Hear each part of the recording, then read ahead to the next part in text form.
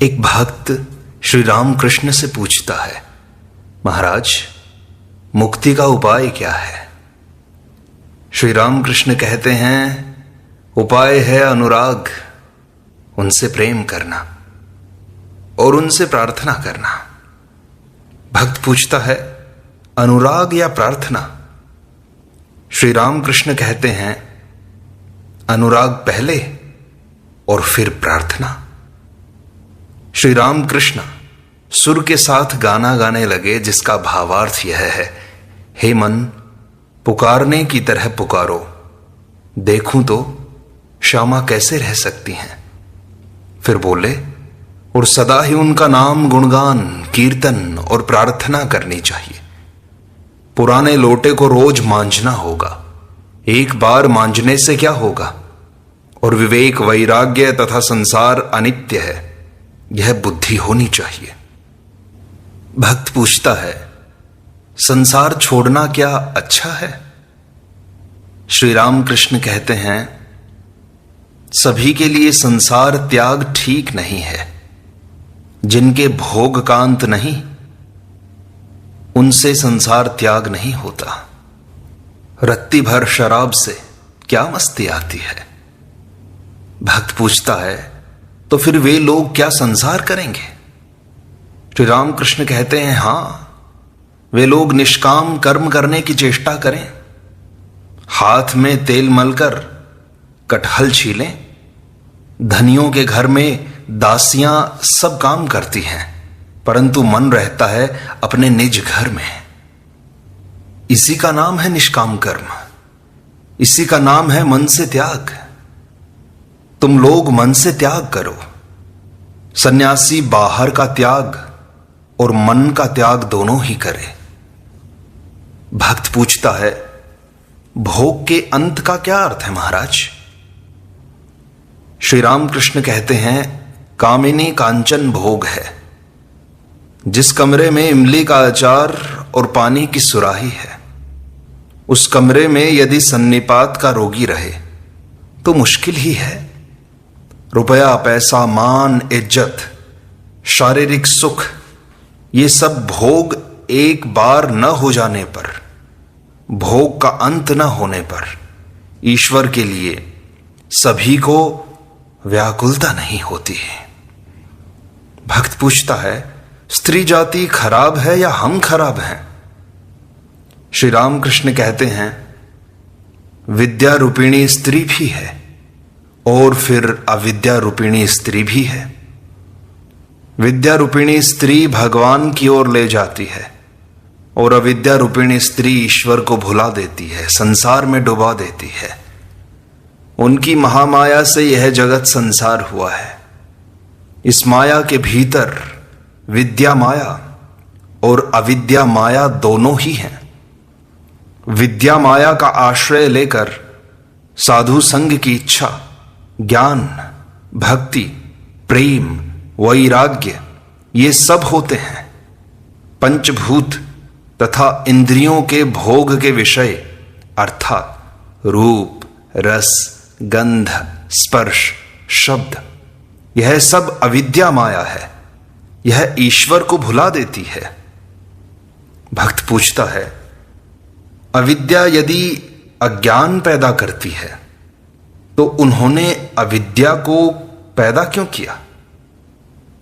श्री रामकृष्ण कहते हैं, ये उनकी लीला। अंधकार न रहने पर प्रकाश की महिमा समझी नहीं जा सकती। दुख न रहने पर सुख समझा नहीं जा सकता। बुराई का ज्ञान रहने पर ही भलाई का ज्ञान होता है। फिर आम पर छिलका है, इसीलिए आम बढ़ता है और पकता है। आम जब तैयार हो जाता है, उस समय छिलका फेंक देना पड़ता है।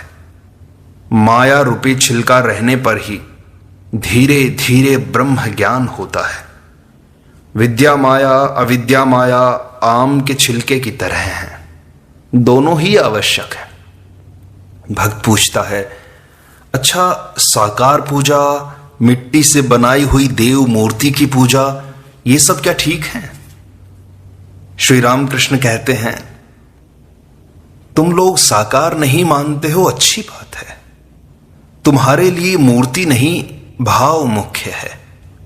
तुम लोग आकर्षण मात्र को लो, जैसे श्री कृष्ण पर राधा का आकर्षण, प्रेम। साकारवादी जिस प्रकार मां काली, मां दुर्गा की पूजा करते हैं, मां मां कहकर पुकारते हैं, कितना प्यार करते हैं। तुम लोग इसी भाव को लो, मूर्ति को न भी मानो तो कोई बात नहीं है। भक्त पूछता है, वैराग्य कैसे होता है और सभी को क्यों नहीं होता? श्री रामकृष्ण कहते हैं, भोग की शांति हुए बिना वैराग्य नहीं होता। छोटे बच्चे को खाना और खिलौना देकर अच्छी तरह से भुलाया जा सकता है, परंतु जब खाना हो गया और खिलौने के साथ खेल भी समाप्त हो गया, तब वह कहता है, मां के पास जाऊंगा। मां के पास न ले जाने पर खिलौना पटक देता है और चिल्लाकर रोने लगता है। ब्राह्म भक्तगण गुरुवाद के विरोधी हैं, इसीलिए ब्राह्म भक्त इस संबंध में चर्चा कर रहे हैं। भक्त पूछता है, महाराज, गुरु न होने पर क्या ज्ञान नहीं होगा? श्री रामकृष्ण कहते हैं, सच्चिदानंद ही गुरु है। यदि कोई मनुष्य गुरु के रूप में तुम्हारा चैतन्य जागृत कर दे, तो जानो कि सच्चिदानंद ने ही उस रूप को धारण किया है। गुरु मानो सखा हैं, हाथ पकड़कर ले जाते हैं। भगवान का दर्शन होने पर फिर गुरु शिष्य का ज्ञान नहीं रह जाता। वह बड़ा कठिन स्थान है, वहां पर गुरु शिष्यों में साक्षात्कार नहीं होता। इसीलिए जनक ने शुकदेव से कहा था, यदि ब्रह्म ज्ञान चाहते हो तो पहले दक्षिणा दो, क्योंकि ब्रह्म ज्ञान हो जाने पर गुरु शिष्यों में भेद बुद्धि नहीं रहेगी। जब तक ईश्वर का दर्शन नहीं होता, तभी तक गुरु शिष्य का संबंध रहता है। एक दूसरे भक्त ने पूछा कि महाराज, निराकार सत्य है या साकार? श्री रामकृष्ण कहते हैं, निराकार भी सत्य है, साकार भी सत्य है। आप क्या मानते हो? भक्त कहता है, जी, निराकार मानो इलेक्ट्रिक करंट, बिजली का प्रवाह है। आंखों से देखा नहीं जाता, परंतु अनुभव किया जाता है। श्री रामकृष्ण कहते हैं, हां, दोनों ही सत्य हैं। साकार निराकार दोनों सत्य हैं। केवल निराकार कहना कैसा है जानते हो? जैसे शहनाई में 7 छेद रहते हुए भी एक व्यक्ति केवल पों करता रहता है, परंतु दूसरे को देखो कितनी ही राग रागिनियां बजाता है। उसी प्रकार देखो, साकारवादी ईश्वर का कितने भावों से आस्वाद लेता है। शांत, दास्य, सख्य, वात्सल्य, मधुर, अनेक भावों से। असली बात क्या है जानते हो? किसी भी प्रकार से अमृत के कुंड में गिरना है, चाहे स्तवन करके गिरो या कोई धक्का दे दे और तुम खुद जाकर के कुंड में गिर पड़ो, परिणाम एक ही होगा, अमर दोनों हो जाएंगे। ब्राह्मणों के लिए जल और बर्फ की उपमा ठीक है। सच्चिदानंद मानो अनंत जल राशि है। महासागर का जल ठंडे देश में स्थान स्थान पर जिस प्रकार बर्फ का आकार धारण कर लेता है, उसी प्रकार भक्ति रूपी ठंड से वे सच्चिदानंद भक्त के लिए साकार रूप धारण करते हैं। ऋषियों ने उस अतीन्द्रिय चिन्मय रूप का दर्शन किया था और उनके साथ वार्तालाप किया था। भक्त के प्रेम के शरीर भागवती तनु द्वारा इस चिन्मय रूप का दर्शन होता है। फिर है ब्रह्म अवांग मनस गोचरम। ज्ञान रूपी सूर्य के ताप से साकार बर्फ गल जाती है। ब्रह्म ज्ञान के बाद, निर्विकल्प समाधि के बाद, फिर वही अनंत अवाक्य मन के अतीत अरूप निराकार ब्रह्म। उसका स्वरूप मुख से नहीं कहा जाता, चुप हो जाना पड़ता है। मुख से कहकर अनंत को कौन समझाएगा भला। पक्षी जितना ही ऊपर उठता है उसके ऊपर और भी है। आप क्या कहते हैं? भक्त कहता है, जी हां, वेदांत में इसी प्रकार की बातें हैं। श्री रामकृष्ण कहते हैं, नमक का पुतला समुद्र नापने गया था, लौटकर फिर उसने खबर न दी। एक मत में है शुकदेव आदि ने दर्शन सस्पर्शन किया था, डुबकी नहीं लगाई थी। मैंने विद्यासागर से कहा था, सब चीजें उच्छिष्ट हो गई हैं, परंतु ब्रह्म उच्छिष्ट नहीं हुआ। अर्थात ब्रह्म क्या है, कोई मुख से नहीं कह सका। मुख से बोलने से ही चीज उच्छिष्ट हो जाती है। विद्यासागर विद्वान हैं, यह सुनकर बहुत खुश हुए। सुना है केदार के उस तरफ बर्फ से ढका हुआ पहाड़ है। अधिक ऊंचाई पर उठने से फिर लौटना नहीं होता। जो लोग यह जानने के लिए गए हैं कि अधिक ऊंचाई पर क्या है तथा वहां जाने पर स्थिति कैसी होती है, उन्होंने फिर लौटकर खबर नहीं दी है। उठने से फिर लौटना नहीं होता। जो लोग यह जानने के लिए गए हैं कि अधिक ऊंचाई पर क्या है तथा वहां जाने पर स्थिति कैसी होती है, उन्होंने फिर लौटकर खबर नहीं दी। उनका दर्शन होने पर मनुष्य आनंद से विफल हो जाता है, चुप हो जाता है। खबर कौन देगा, समझाएगा कौन? 7 फाटकों से परे राजा है। प्रत्येक फाटक पर एक एक ऐश्वर्यवान पुरुष बैठे हैं। प्रत्येक फाटक में शिष्य पूछ रहा है, क्या यही राजा है? गुरु भी कह रहे हैं, नहीं, नेति नेति। 7वें फाटक पर जाकर जो कुछ देखा, एकदम अवाक रह गए, आनंद से विफल हो गए। फिर यह पूछना न पड़ा कि क्या यही राजा है। देखते ही सब संदेह मिट गए। भक्त कहता है, जी हां, वेदांत में इसी प्रकार सब लिखा है। श्री रामकृष्ण कहते हैं, जब वे सृष्टि, स्थिति, प्रलय करते हैं तब हम उन्हें सगुण ब्रह्म, आद्या शक्ति कहते हैं। जब वे तीनों गुणों से अतीत हैं तब उन्हें निर्गुण ब्रह्म, वाक्य, मन के अतीत पर ब्रह्म कहा जाता है।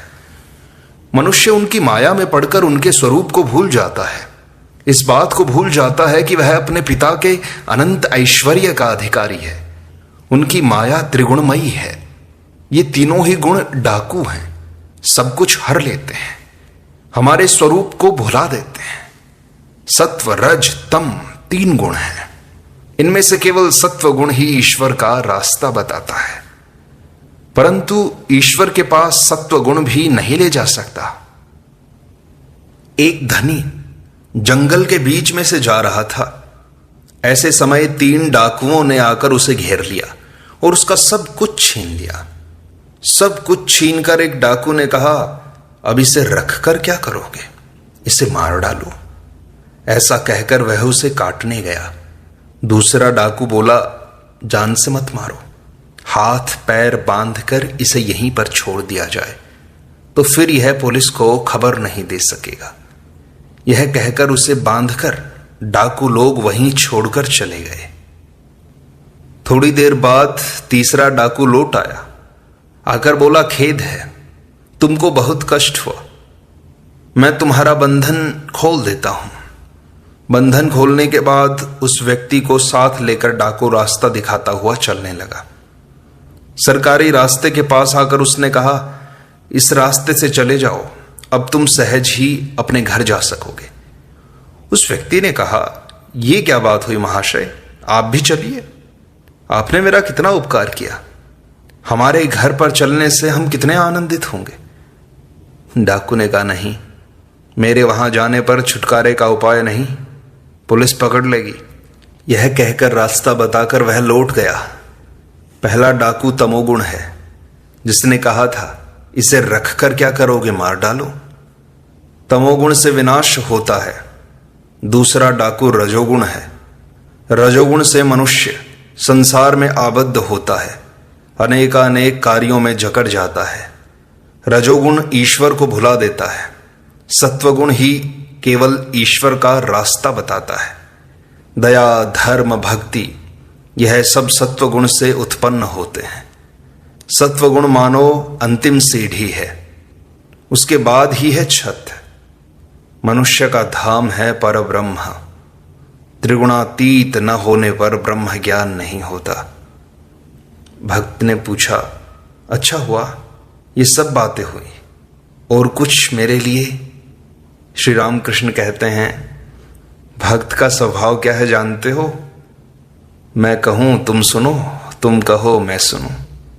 तुम लोग आचार्य हो, कितने लोगों को शिक्षा दे रहे हो, तुम लोग जहाज हो, हम तो मछुओं की छोटी नैया हैं। ये सुनकर सब लोग हंस पड़े। अगले दिन एक भक्त ने पूछा, किस उपाय से महाराज ईश्वर मिल सकता है? श्री रामकृष्ण कहते हैं, उस पर प्रेम करो और सदा यह विचार रहे कि ईश्वर ही सत्य है और जगत अनित्य है। पीपल का पेड़ ही सत्य है, फल तो 2 ही दिन के लिए हैं। भक्त कहता है, काम क्रोध आदि रिपु हैं, उनका क्या किया जाए? श्री रामकृष्ण कहते हैं, 6 रिपुओं को ईश्वर की ओर मोड़ दो। आत्मा के साथ रमण करने की कामना हो, जो ईश्वर की राह पर बाधा पहुंचाते हैं उन पर क्रोध हो, उसे ही पाने के लिए लोभ हो, यदि ममता है तो उसे के लिए हो, जैसे मेरे राम मेरे कृष्ण। यदि अहंकार करना है तो विभीषण की तरह, मैंने श्री रामचंद्र जी को प्रणाम किया, फिर यह सिर किसी दूसरे के सामने नहीं झुकाऊंगा मैं। भक्त कहता है, यदि ईश्वर ही सब कुछ कर रहा है तो मैं पापों के लिए उत्तरदायी नहीं हूं। श्री रामकृष्ण कहते हैं, दुर्योधन ने वही बात कही थी, त्वया ऋषिकेश हृदय स्थितेन यथा नियुक्तोस्मि तथा करोमि। जिसको ठीक विश्वास है कि ईश्वर करता है और मैं अकर्ता हूं, वह पाप नहीं कर सकता। जिसने नाचना सीख लिया है उसके पैर ताल के विरुद्ध नहीं पड़ते। मन शुद्ध न होने से यह विश्वास ही नहीं होता कि ईश्वर है। श्री रामकृष्ण उपासना मंदिर में एकत्रित भक्तों को देख रहे थे और कहते हैं, बीच बीच में इस तरह एक साथ मिलकर ईश्वर चिंतन करना, उनके नाम गुणगाना बहुत अच्छा है, परंतु संसारी लोगों का ईश्वरानुराग क्षणिक है। वह उतनी ही देर तक ठहरता है जितना तपाए हुए लोहे पर पानी का छिड़काव। एक भक्त रामकृष्ण से पूछता है, कौन श्रेष्ठ है, ज्ञान मिश्रित भक्ति या प्रेमा भक्ति? श्री रामकृष्ण कहते हैं, ईश्वर के प्रति एकांत अनुराग हुए बिना प्रेमा भक्ति का उदय नहीं होता, और ममत्व ज्ञान अर्थात भगवान मेरे हैं, अपने हैं, यह ज्ञान। 3 मित्र जंगल में जा रहे थे। सहसा एक बाघ सामने आ खड़ा हुआ। एक आदमी बोला, भाई हम सब आज मरे।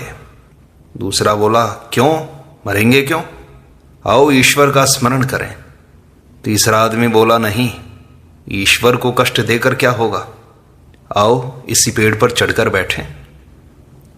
जिस आदमी ने कहा हम लोग मरे, वह नहीं जानता था कि ईश्वर रक्षा करने वाले हैं। जिसने कहा आओ ईश्वर का स्मरण करें, वह ज्ञानी था। वह जानता था कि ईश्वर सृष्टि स्थिति प्रलय के मूल कारण है। और जिसने कहा भगवान को कष्ट देकर क्या होगा, आओ पेड़ पर चढ़ बैठें, उसके भीतर प्रेम उत्पन्न हुआ था, स्नेह ममता का भाव आया था। तो प्रेम का स्वभाव ही यह है कि प्रेमी अपने को बड़ा समझता है और प्रेमास्पद को छोटा। वह देखता है कहीं उसे कोई कष्ट न हो। उसकी यही इच्छा होती है कि जिससे प्रेम करें उसके पैर में एक कांटा भी ना चुभे। श्री राम कृष्णदेव कहते हैं, तीसरा व्यक्ति समझदार था। उसे प्रेम था भगवान से। उसे लग रहा था कि यदि ईश्वर यहां आएंगे तो उनके पैर में कांटा चुभ जाएगा, इसलिए वह चुपचाप पेड़ पर चढ़ गया। एक बार श्री रामकृष्ण कहते हैं, एक धीवर किसी दूसरे के बाग में रात के समय चुराकर मछलियां पकड़ रहा था। मालिक को इसकी टोह लग गई और दूसरे लोगों की सहायता से उसने उसे घेर लिया। मशाल जलाकर वे चोर को खोजने लगे। इधर वह धीवर शरीर में कुछ भस्म लगाए एक पेड़ के नीचे साधु बनकर बैठ गया। उन लोगों ने बहुत ढूंढ तलाश की, पर केवल भभूत रमाए एक ध्यान मग्न साधु के सिवाय और किसी को न पाया। दूसरे दिन गांव भर में खबर फैल गई कि अमुक के बाग में एक बड़े महात्मा आए हैं। फिर क्या था, सब लोग फल फूल मिठाई आदि लेकर साधु के दर्शन को आए। बहुत से रुपए पैसे भी साधु के सामने पड़ने लगे। धीवर ने विचारा, आश्चर्य की बात है कि मैं सच्चा साधु नहीं हूं, फिर भी मेरे ऊपर लोगों की इतनी भक्ति है।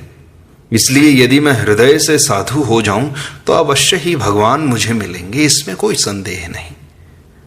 कपट साधना से ही उसे इतना ज्ञान हुआ। सत्य साधना होने पर तो कोई बात ही नहीं। क्या सत्य है, क्या असत्य है, साधना करने से तुम समझ सकोगे। ईश्वर ही सत्य है और सारा संसार अनित्य। एक भक्त चिंता कर रहे हैं, क्या संसार अनित्य है? धीवर तो संसार त्याग कर चला गया, फिर जो संसार में है उनका क्या होगा? उन लोगों को भी क्या त्याग करना होगा? श्री राम कृष्ण अहेतुक कृपा सिंधु हैं।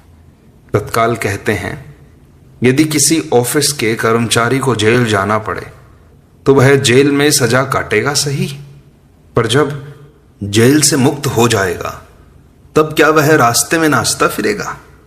वह फिर किसी ऑफिस की नौकरी ढूंढ लेगा, वही पुराना काम करता रहेगा। इसी तरह गुरु की कृपा से ज्ञान लाभ होने पर मनुष्य संसार में भी जीवन मुक्त होकर रह सकता है। इस प्रकार श्री रामकृष्ण वचनामृत का यह भाग यहीं संपूर्णता को प्राप्त होता है। शेष अगले अंक में।